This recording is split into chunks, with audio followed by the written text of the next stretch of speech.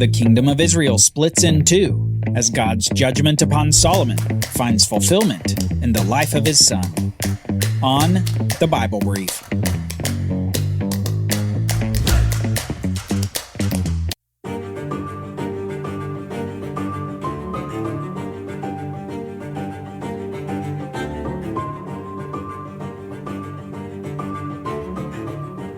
The Lord was angry with Solomon because his heart had turned away from the Lord.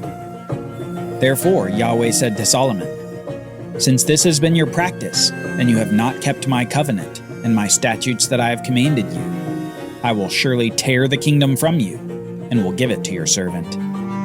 Yet for the sake of David your father, I will not do it in your days, but I will tear it out of the hand of your son. However, I will not tear away all the kingdom, but I will give one tribe to your son, for the sake of David my servant, and for the sake of Jerusalem that I have chosen." From 1 Kings, chapter 11. Jeroboam was one of Solomon's best.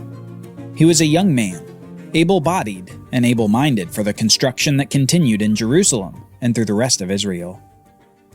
Jeroboam was from the tribe of Ephraim, in the northern part of Israel's tribal territories, and he'd come to Jerusalem to serve the king in his construction endeavors after the temple and the king's house were completed. The trade happening through Israel required the upkeep of existing buildings and construction of new infrastructure throughout the country to facilitate these transactions. Further, Solomon was able to finance these projects through tariffs and taxes levied on goods that flowed through the country. As Israel was enriched, Israel was built up. And this is where Jeroboam was useful to Solomon. Jeroboam had come to Jerusalem to help with these projects, and the young man impressed the king. He was industrious and a good manager, good enough that Solomon decided to promote him to an even greater task. Jeroboam would return to his tribal territory, and he would be in charge of the labor force of both his own tribe of Ephraim and its brother tribe Manasseh. These tribes came from the two sons of the patriarch Joseph, the two sons who had been formerly adopted by Jacob, Israel himself. Jeroboam would be in charge of this vast labor force, and Solomon was sending him to continue these infrastructure projects in the northern part of the country. So based on the king's charge, Jeroboam leaves Jerusalem, headed for his new responsibilities over the two tribes. Little did Jeroboam know that God's hand was in this. Jeroboam would be God's tool to tear apart the kingdom of Israel. Solomon had disobeyed God's commands, and the whole kingdom would suffer for it. We read this in 1 Kings chapter 11, starting in verse 29. At that time, when Jeroboam went out of Jerusalem, the prophet Ahijah the Shilonite found him on the road. Now the prophet had dressed himself in a new garment, and the two of them were alone in the open country. Then Ahijah laid hold of the new garment that was on him and tore it into 12 pieces. He said to Jeroboam, "Take for yourself 10 pieces, for thus says the Lord, the God of Israel. Behold, I am about to tear the kingdom from the hand of Solomon, and will give you 10 tribes, because they have forsaken me and worshipped Ashtoreth, the goddess of the Sidonians, Chemosh, the god of Moab, and Milcom, the god of the Ammonites. And they have not walked in my ways, doing what is right in my sight, and keeping my statutes and my rules, as David his father did." The prophet Ahijah makes an announcement that must have shocked Jeroboam. God was doing what? He was going to divide the kingdom? And Jeroboam would be king over 10 of the 12 tribes? You can imagine perhaps a measure of disbelief from this young man hearing the prophet. But don't miss what else Ahijah says. He says that it wasn't just Solomon's disobedience. He says, "They have forsaken me and worshipped other gods. They have not walked in my ways." There's a sense in which Ahijah says that Solomon is perhaps the prime example of something happening all over Israel. Apparently, in the midst of all this wealth and prosperity, Solomon wasn't the only one who had turned away from God, but many of the people had as well. The kingdom would split, not just due to kingly disobedience, but national disobedience as well.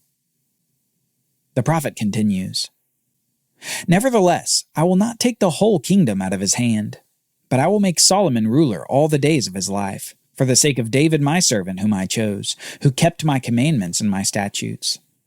But I will take the kingdom out of Solomon's son's hand, and will give it to you, 10 tribes. Yet to Solomon's son I will give 1 tribe, that David my servant may always have a lamp before me in Jerusalem, the city where I have chosen to put my name. And I will take you, Jeroboam, and you shall reign over all that your soul desires, and you shall be king over Israel. And if you listen to all that I command you, and will walk in my ways, and do what is right in my eyes by keeping my statutes and my commandments, as David my servant did, I will be with you, and will build you a sure house as I built for David, and I will give Israel to you. And I will afflict the offspring of David because of this, but not forever.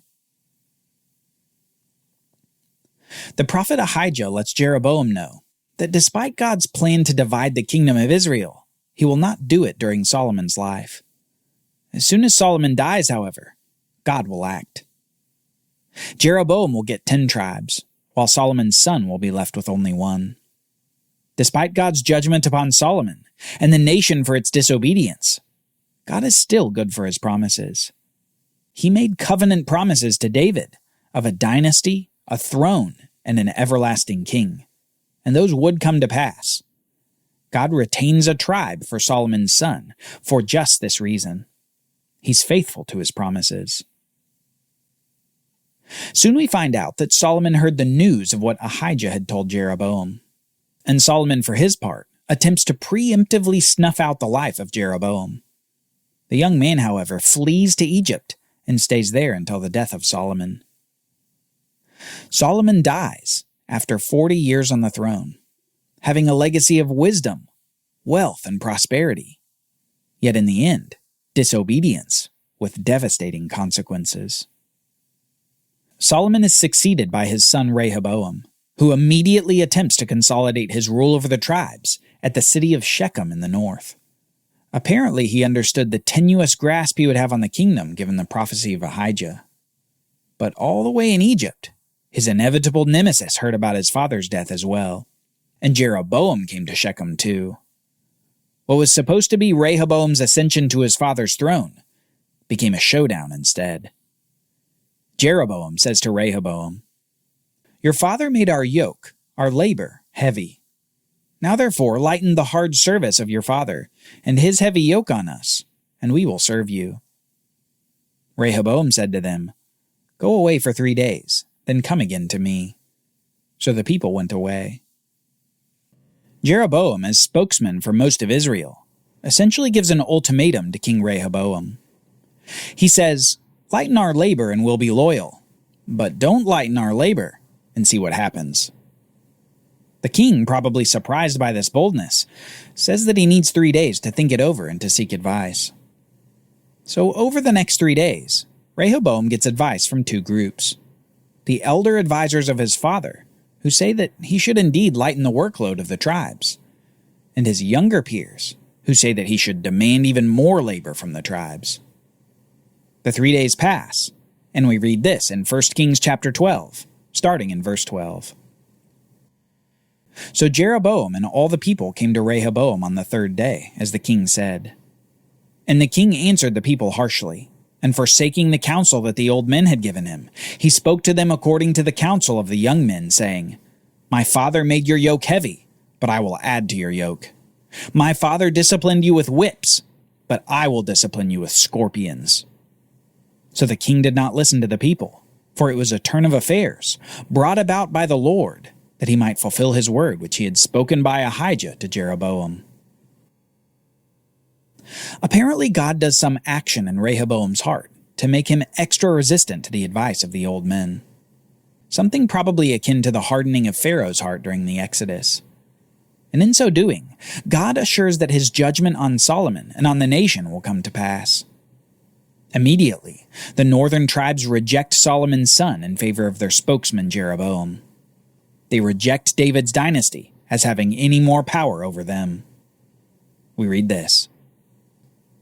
When all Israel saw that the king did not listen to them, the people answered the king, What portion do we have in David? We have no inheritance in the son of Jesse.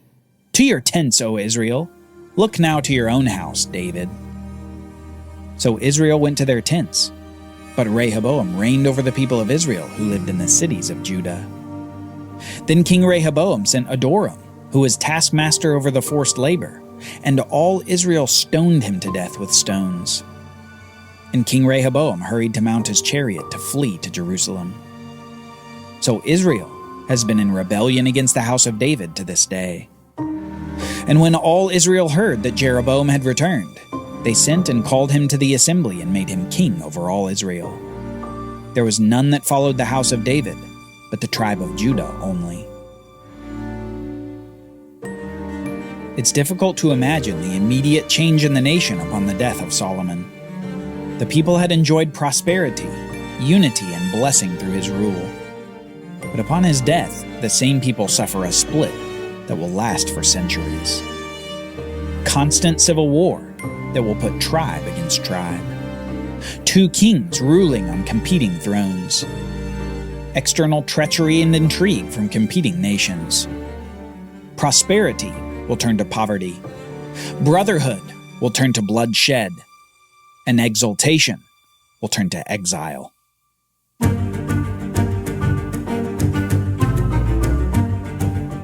Join us next time as the Northern King sets up a new feast, a new priesthood, and new idols to worship.